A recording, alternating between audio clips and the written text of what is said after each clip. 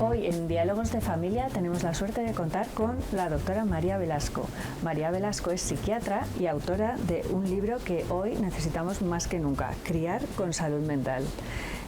Buenos días, María. Buenos días. Muchísimas gracias. Gracias por a vosotros. hasta la casa de ABC. María, hoy tenemos muchísimos problemas de salud mental, lo vemos en todos los medios, unas noticias sobre suicidios, sobre depresiones infantojuveniles.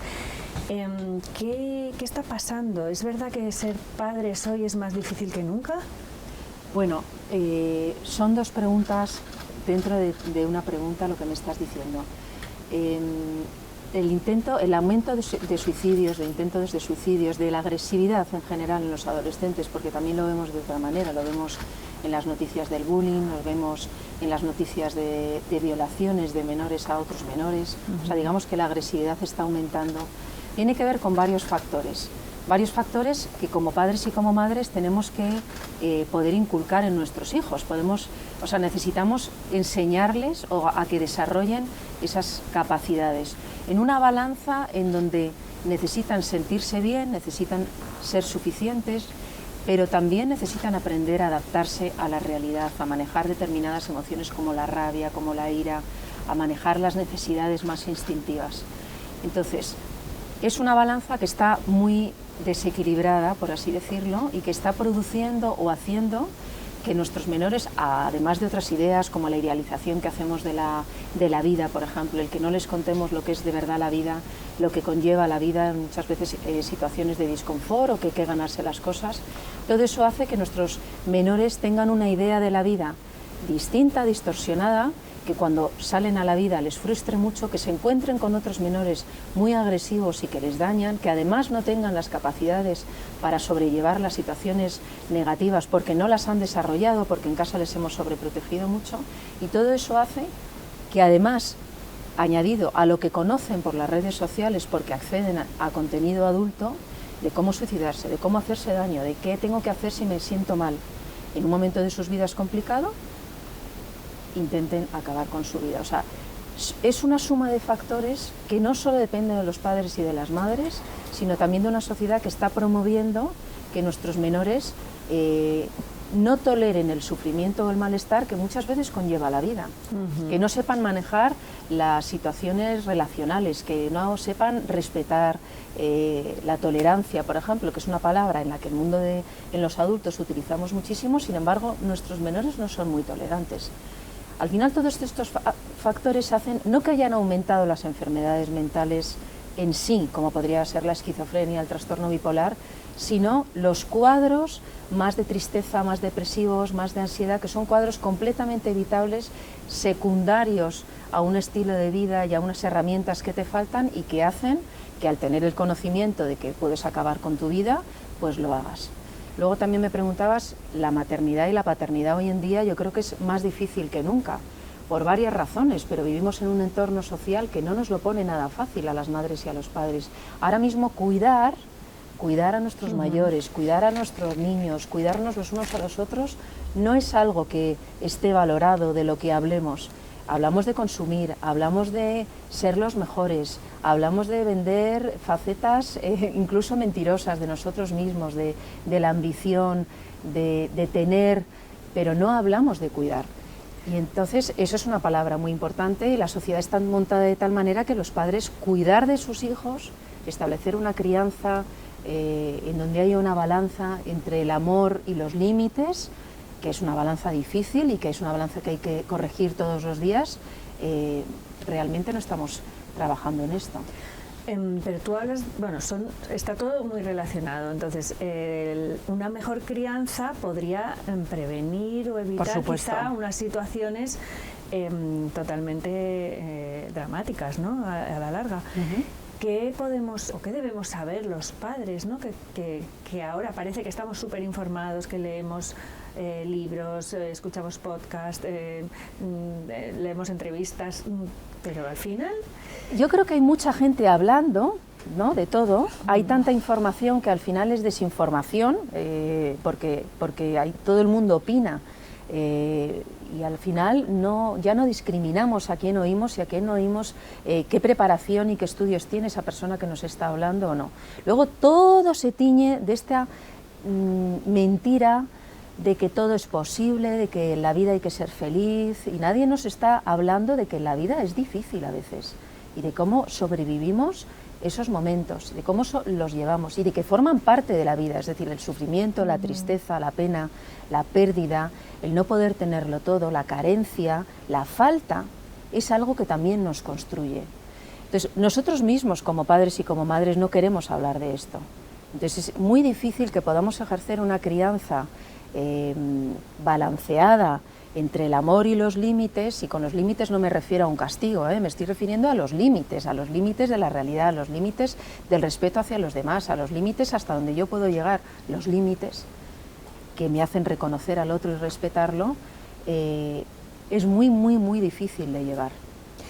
Y también hay un punto que señalas en el libro, que al final si queremos criar con salud mental a nuestros hijos, nosotros tenemos que tener una buena salud mental, que es imposible si no hacerlo bien.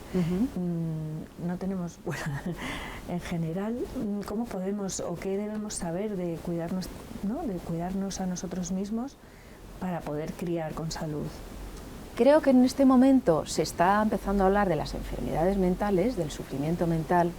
Pues tengo ansiedad, pues tengo depresión, hay gente famosa que lo dice, se está como quitando el estigma, ¿no?, a las enfermedades mentales.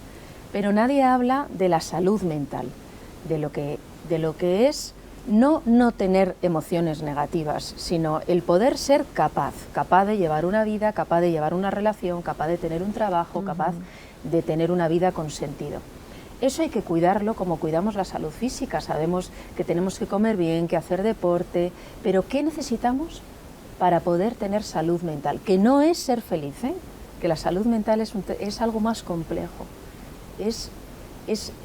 está lleno de muchos más matices, es algo mucho más enriquecido, porque el ser humano es muy complejo y muy rico. Entonces la salud mental tiene muchos apoyos, tiene un apoyo social. Necesitamos sentirnos apoyados, una familia, unos amigos, un entorno, un vecindario. Necesitamos vivir en comunidad, somos seres sociales. ¿Qué pasa si ahora estamos acostumbrados a vivir en barrios en donde no conocemos al vecino, lejos de nuestra familia y de nuestros padres? Además, le contamos a los demás solamente lo bueno y muy maquillado, porque ya lo negativo, nuestras carencias, nuestras faltas, ya no se las contamos a nadie. El sentimiento de soledad es inmenso. Las personas se sienten muy solas porque no pueden mostrarse y conectar a los demás, con los demás como son, y eso es un factor de riesgo para la salud mental. Simplemente eso, imagínate las redes sociales, el contenido al que accedemos, la idealización de la vida, hay tantos factores. Entonces cuidar como padres y madres nuestra salud mental no es no tener ansiedad o no tener depresión, es algo más complejo, que encima la sociedad de hoy en día no nos pone fácil, porque es un concepto que yo creo que ahora mismo todavía no está en la mente ni de las personas que pueden hacer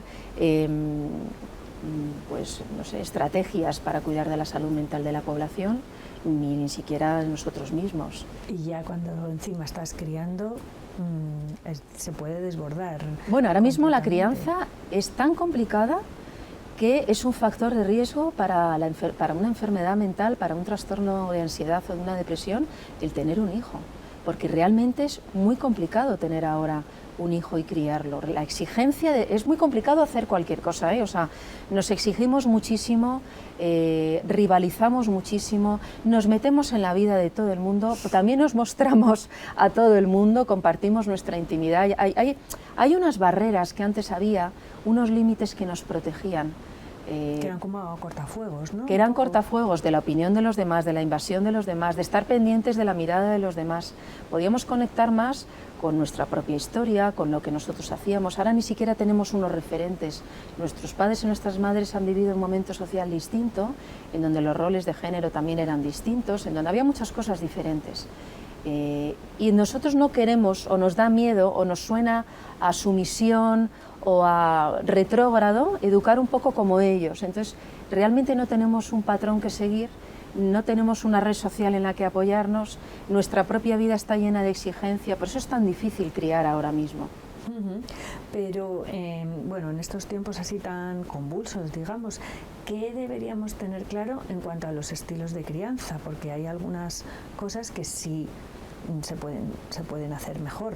Sí, claro, siempre eso. Este es un libro que intenta hacer reflexionar sobre qué cosas están haciendo que las situaciones no ayudan y vayan mal, pero qué cosas a mano de todos, exacto, sencillas en los detalles, sí que están ahí y sí son posibles, pero las tenemos que ver, porque muchas veces las tenemos delante, son recursos, son cosas muy sencillas y no las vemos. Muchas veces es bajar solamente un poco el nivel, ¿no?, de exigencia, pero en cuanto a... Bajar el nivel de exigencia, saber qué es realmente importante, no tener tantos miedos. Yo creo que los miedos nos hacen tomar decisiones para evitar esos miedos. Tengo miedo a parecerme a mi madre, y me pongo en la posición contraria. Tengo miedo a sentir que no valgo nada y todo el mundo parece que le va fenomenal en la vida y hago cosas.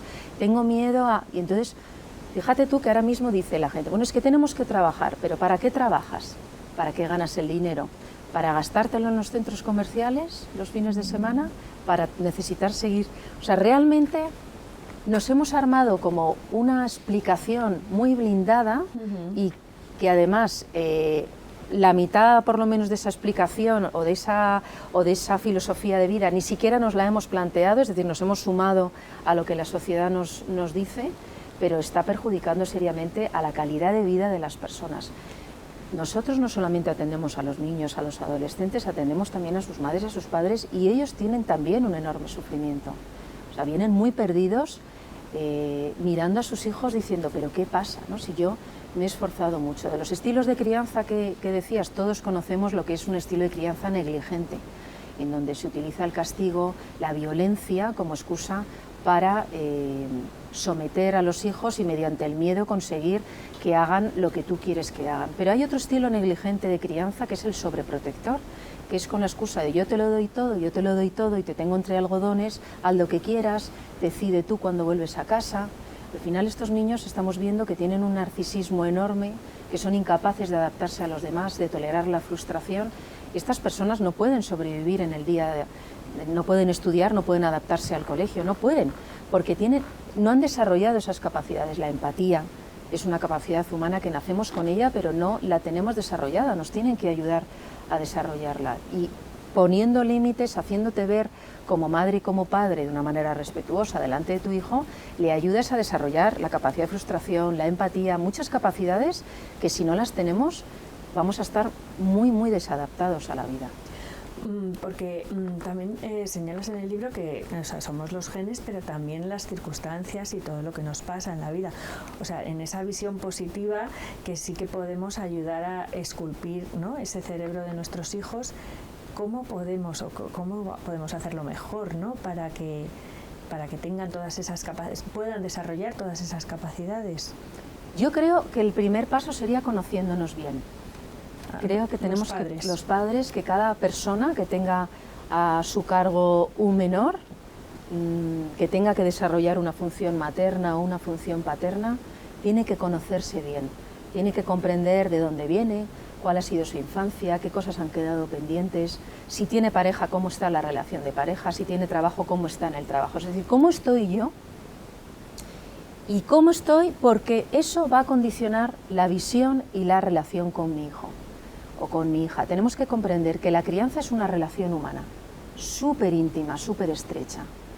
Aquí no hay medias tintas, no hay manera de engañar. Los hijos nos conocen desde las tripas, o sea, nos sienten, nos conocen desde esa manera en donde tú sientes al otro. Y somos sus referentes, las personas que más quieren y más necesitan del mundo. Y que van a hacer lo que sea por una mirada... Lo que sea, adaptado, desadaptado, lo que sea. Que no es tan importante, no es tanto, de verdad que no es tanto lo que tenemos que darles. No es un tema de exigencia, no es un tema de perfección, es un tema de que sea suficiente. Y de estar presente también me ha parecido, ¿no? Al final no estamos presentes en el día. No estamos presentes, pero incluso aunque estemos presentes de cuerpo, no estamos presentes de cabeza. Tenemos tantos inputs que atender, tanta exigencia, tantas cosas que nos llevamos a casa de relaciones, de trabajo, de ambiciones que tenemos, de planes que queremos, es que nosotros tampoco podemos parar. Y las cosas suceden en lo pequeño, en lo cotidiano. Si tú te paras delante de alguien, sin que tenga que ser efectivo ese momento, sin que tengas que ser feliz en ese momento, sin que tenga que ser un plan increíble, sino simplemente al lado de tu hijo, surgen jugar, las conversaciones, hablar, jugar, surge el compartirnos. Vamos a compartirnos. Luego hay que sentirse un poco importante para ti, no mirado. Una obligación. Eso es, no una obligación, no un deber. Tenemos una reciprocidad, era sentimiento. Sí, sí, sí. Tenemos las madres y los padres también están, muchos de ellos en una actitud un poco como victimista, como si la maternidad y la paternidad fueran como un trabajo que me obligan, qué decepción, no era lo que yo esperaba, no saco resultados. Estamos muy acostumbrados a ser muy eficientes, ¿no? A que yo pago esto y que sea lo que espero, yo hago este plan y que sea lo que espero, yo hago esta inversión y que sea lo que espero, hago un clic y tiene que ser el producto y ya y rápido. Entonces, creemos que la maternidad y la paternidad es muy frustrante porque tenemos una idea de lo que es la maternidad y la paternidad que no es realista, que está muy idealizada y que no nos cuentan pues que es una relación humana en donde nos vamos a tener que entregar y vamos a necesitar tiempo para crearla, porque es una relación que se crea cada día, no que está creada. Y para construir la realidad de ese niño, ¿no? Que se va a construir en base a lo que... a nuestra mirada, efectivamente, en espejo. Los hijos se construyen en espejo. Es increíble esto porque lo vemos... Es una responsabilidad. Es una responsabilidad, pero has visto qué palabra, ¿no? Que hace tiempo la palabra responsabilidad era una palabra del día a día y una palabra que todo el mundo asumía, que tenía responsabilidades, y ahora es que nadie, pero desde las personas que tienen que asumir la responsabilidad porque tienen cargos de responsabilidad, a cualquier persona, es decir, es una palabra que evitamos y que nos produce muchísimo miedo la palabra responsabilidad. Sin embargo, a mí me parece que la esperanza está en admitir la responsabilidad. Cuando tú asumes la responsabilidad que tienes, no la culpa ni el deber, sino la responsabilidad, te das cuenta que tienes la capacidad entonces. Si yo tengo un puesto de responsabilidad en una empresa es porque tengo la capacidad de ejercerlo. Si yo tengo la responsabilidad como madre o padre es porque puedo ser la madre y el padre que mi hijo y mi hija necesitan. Vale, para terminar, digamos que si lo hemos estado, supongamos que lo hemos estado haciendo no mal, pero regular, no bien del todo, ¿hasta qué momento se puede recuperar eso? Entiendo yo que sí, en cuanto te das cuenta ya hay un rango de mejora, ¿no? Pero bueno, un poco por edad... Hasta siempre. Es verdad que cuanto antes te des cuenta... Mejor para tu hijo o tu hija porque menos le va a afectar en su desarrollo. Pero a veces con 40 años restauras la relación con tus padres. Bueno, yo ya no pensaba ni tan tarde. Pero... No, yo sí, porque este libro parece que va de la infancia y que va de la adolescencia y en el fondo va de las relaciones humanas con nuestra propia familia, con nuestros padres, con nuestros hermanos, va de cómo nos relacionamos en el fondo. De qué podemos hacer para mantener la salud mental. La de nuestros hijos es fundamental porque está construyendo su identidad. Es verdad que si llegamos más tarde, más identidad habrán construido y más cosas serán más difíciles de cambiar, ¿no? Pero casi todo se puede mejorar y se puede elaborar en esta vida. O sea que me parece que nunca es tarde para darle sentido a las cosas y para poderlas cambiar y dejar que nos dejen de pesar, ¿no? Que no las arrastremos como una bola pesada, sino que podamos vivir en el presente. Con esa frase nos quedamos, que nunca es tarde para mejorar la relación con nuestros hijos. Muchísimas gracias, María Velasco. Y a vosotros. De verdad, una lectura casi diría que obligatoria. Criar con salud mental. Gracias.